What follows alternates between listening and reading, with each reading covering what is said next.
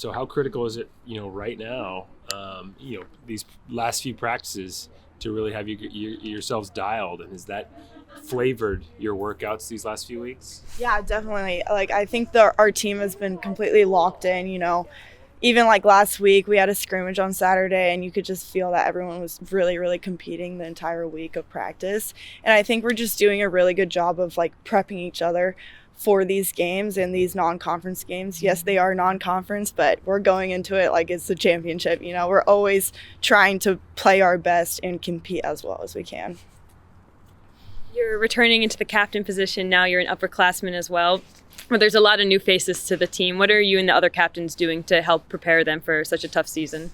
Yeah, well, I think it all we all play lacrosse together, but the real bonding comes off of the field, and we've really put a lot of time into spending time with, newcomers, even people who have been on the team for years, so I think that team bonding off of the field has been huge, just to make sure that we're all on the same level, and then lacrosse just falls, into that.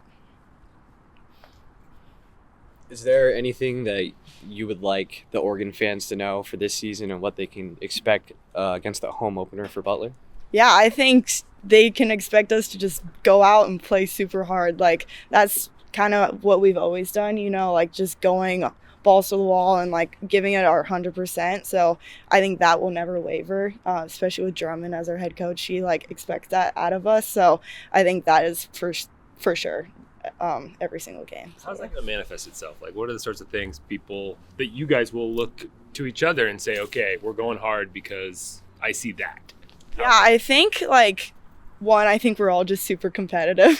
So if we see one person on the team doing it, everyone wants to elevate that. So I think that's a huge thing. And then also just, our whole mentality throughout the week is we have a game and we're going to do everything we can to be as prepared as possible. And that starts off the field. We have team dinners, and this weekend we had a great scrimmage to prepare, and even the bus time where we're just sitting there, we're all hanging out and getting hyped. So I think all of those things, even though they're small, they make a huge difference for when we do play a great opponent like Butler. We feel confident not only in our lacrosse skills but as our team in general. So last season, your production took a huge jump. Just wondering kind of the things that you were focused on in your individual game in this past off season. Yeah, I think a lot of it is just confidence. From freshman year to sophomore year, I made a huge jump, and sometimes I wasn't super confident in myself. But so in this off season, I just learned how to trust myself and be able to push myself to new levels while also bringing people with me, so that, not only that I'm performing, but more people are as well. How'd you do that?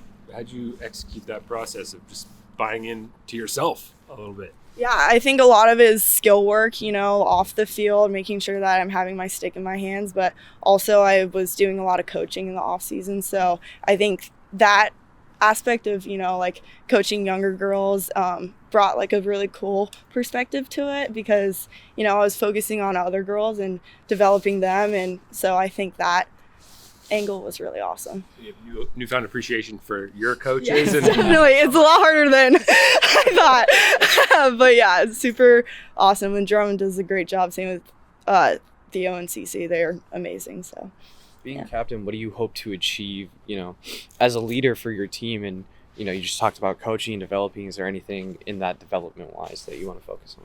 I think just biggest thing is giving it 100% every single time, and, sticking to our game plans, making sure that everyone is on the same page. I think if we can do those two things, we'll do great this entire season. What does it look like when things don't go your way and aren't on the same page out onto the pitch? I think we've been really focusing on just next play mentality. So if something does go wrong, which things will go wrong, how quickly can we recover, and how quickly can we move on and tackle the next challenge we face.